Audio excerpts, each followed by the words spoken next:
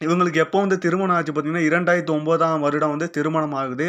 இவங்க வந்து நல்ல ஒரு ஒரு நல்லா வாழ்ந்த கப்புல்ஸ் தான். ஏன் திடீர்னு வந்து விவாகரத்து ஆகுதுன்னு பார்த்தீங்கன்னா, அவரோட மனைவி வந்து அ தனுஷ் கூட வந்து ஒரு தொடர்பு இருக்காங்க அப்படின்னு வந்து ஒரு பேசுபொருளா போய்க்கிட்டு இருக்கு. அது இல்லாம எல்லா ஊடகங்களும் அப்படித்தான் பேசிக்கிட்டு இருக்காங்க. அது உண்மையா இதான்னு தெரியல. அதுக்கு வந்து அவங்க மனைவி வந்து என்ன சொல்லியிருக்காங்க பார்த்தீங்கன்னா, இன்னைக்கு வந்து ஒரு ஸ்டேட்மெண்ட் குடுத்துருக்காங்க. ஜெயம் ரவி அவர்கள் வந்து விவாகரத்த பத்தி என்ட்ட வந்து பேச கிடையாது. அவரே தனிப்பட்ட முறையில வந்து இந்த விவாகரத்த வந்து அவரே தனிப்பட்ட முறையிலே அறிவிச்சுட்டார்.